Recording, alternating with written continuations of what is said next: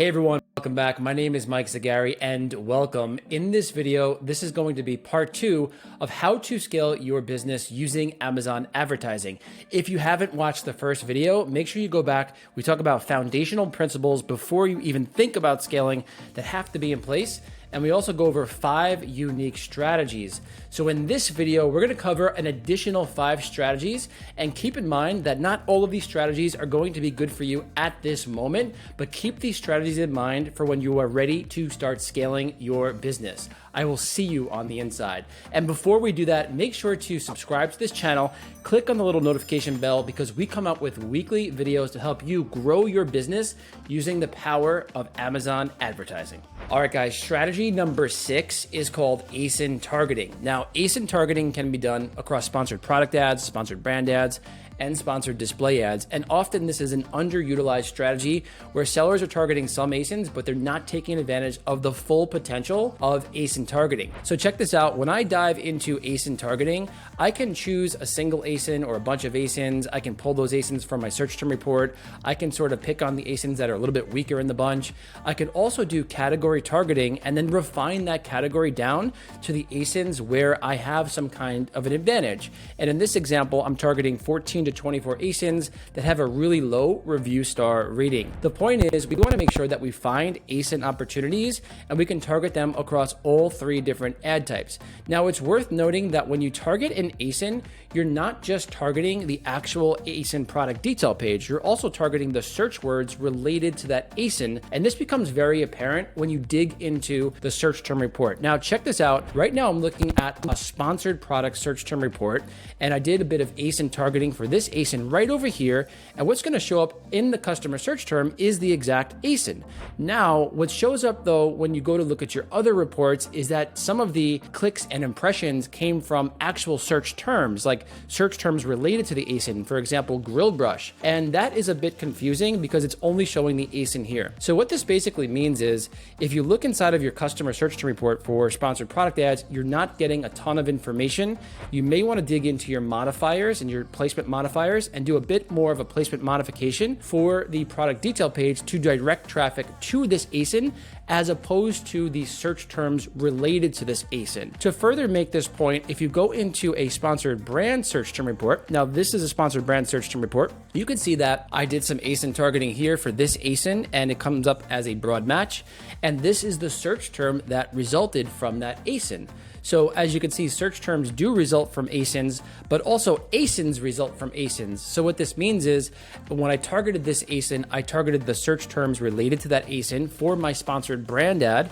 And then I also targeted this ASIN and I got positioning on that ASIN's product detail page. So it's worth noting that you can show up for both and to make some improvements to make sure that you show up in the right position. Now, in this example, this search term is way too broad. So I wanna make sure that if I'm doing ASIN targeting for sponsored brand ads, that I look at those search terms and I use my negatives appropriately. And I really start to think about what type of search terms do I wanna show up for? Because I have found that it is a little bit too broad when targeting ASINs, and you just want to keep that in mind with your optimization. So as I said before, the purpose of this video is to show sellers how to scale. And if you're looking to find ASINs to use with your ASIN targeting, I suggest using your auto campaign and your manual campaign, your category targeting campaign to find ASINs where you've had those conversions. And you can use them across all 3 match types. We have sponsored product ads, sponsored brand ads, and sponsored display ads. Now for sponsored brand ads, you can show up for the product collection, which is your traditional headline search ad, which looks like this ad right over here. You can do ASIN targeting for that. You could also do ASIN targeting for store spotlight ads, but at this moment, you can't do ASIN targeting for video ads. And then we have sponsored display ads, and sponsored display ads, if you look at this over here, I'm gonna go on a product detail page. Sponsored display ads can show up in some really great positions here when you're doing ASIN targeting. We could show up in this location right below the buy box. We could show up in this location right below the bullet points, these are premium locations, great real estate using Asin Targeting. So let's say I had a complementary product to this grill brush. I can then target this and showcase my product right over here and really start to scale it out.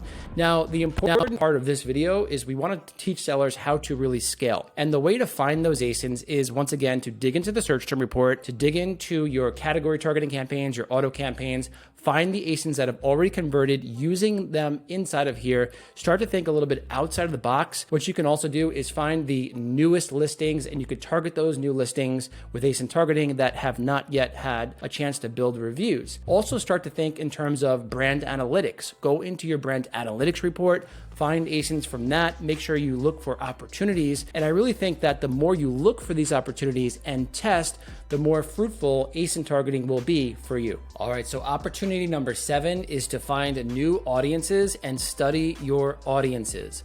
So I'm gonna give you an example here. Let's say you're selling a dog mat. When you go into this and you do some category targeting, you're gonna see that there's all of these different categories that show up, all of these root categories. We have pet supplies, we have dog supplies, we have dog feeding, watering supplies, and we have dog feeding mats. Now, all of these will get in front of a new potential audience, and all of these are worth testing that category to see if you can start to get some sales. The point is, we want to test out different audiences to see which one resonates with our product. Now, keep in mind, there are different strategies for this.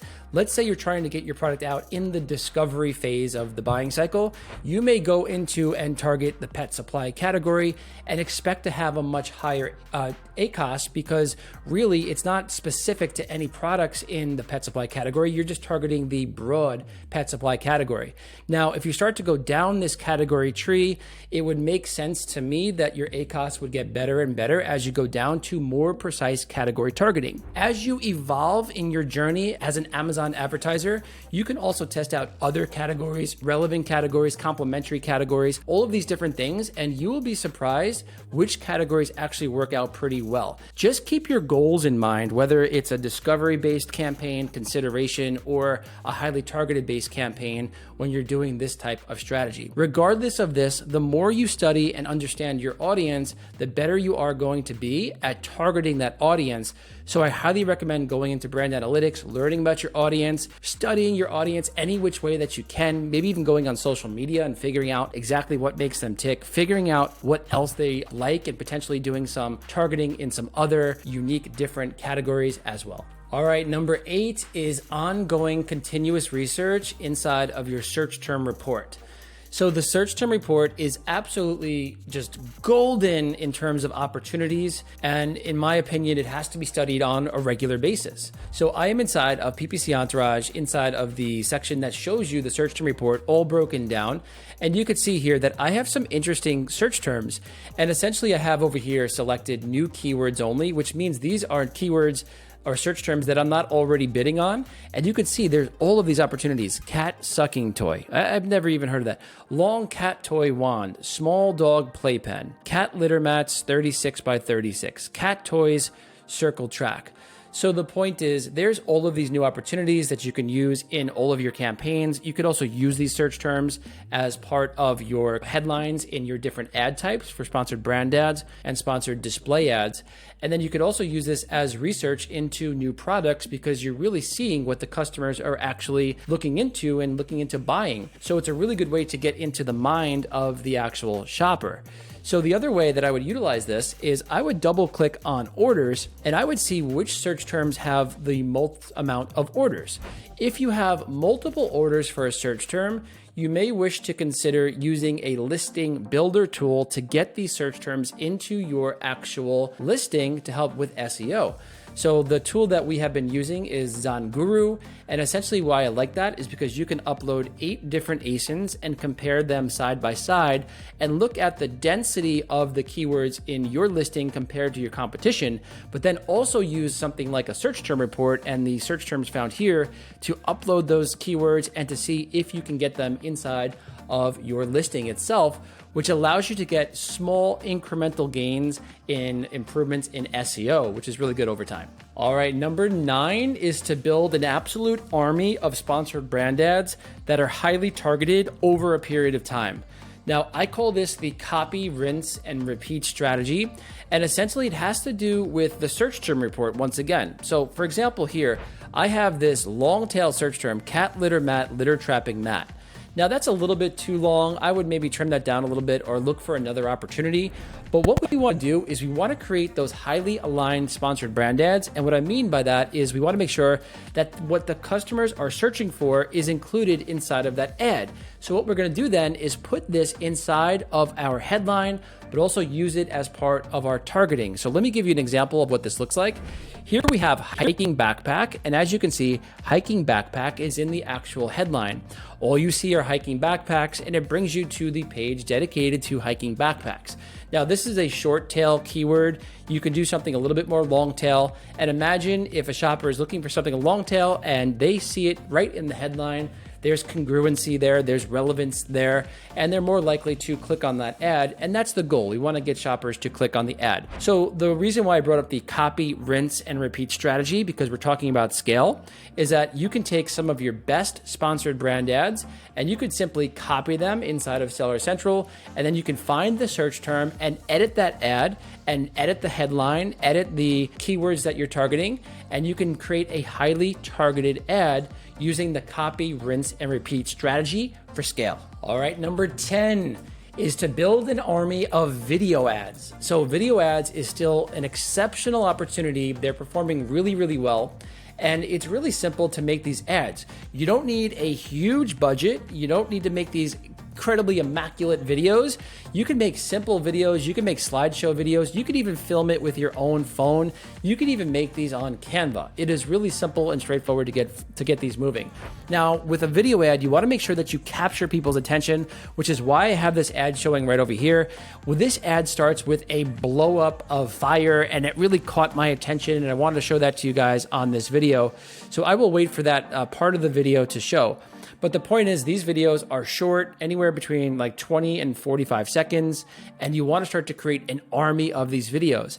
Now, I highly suggest looking once again back into the search term report. I'm going to go back over here and finding the search terms to target and making your videos customized to the actual search terms. Now, this video, we're talking about scale, right? So if you're looking to scale, we want to create that alignment, that congruency, and start to slowly scale over time. Once again, this is a journey. It's going to take time to put these ads together, but we can take these search terms and we can then modify our video to match those search terms. Whether you put some copy in your ad, keep in mind that the audio is going to be off by default. So if you have copy in your ad, like this ad is showing here, that aligns with the customer search term, you have visuals that align with the customer search term, you're more likely to have that congruency and get the click onto your product detail page. All right, guys, I hope that you found this video valuable. I hope that you use these tips to scale your brand using Amazon advertising. Once again, make sure to subscribe to our channel because we are going to deliver really incredible value every single week to help you grow your brand on Amazon. I will see you soon and have an amazing week. Take care.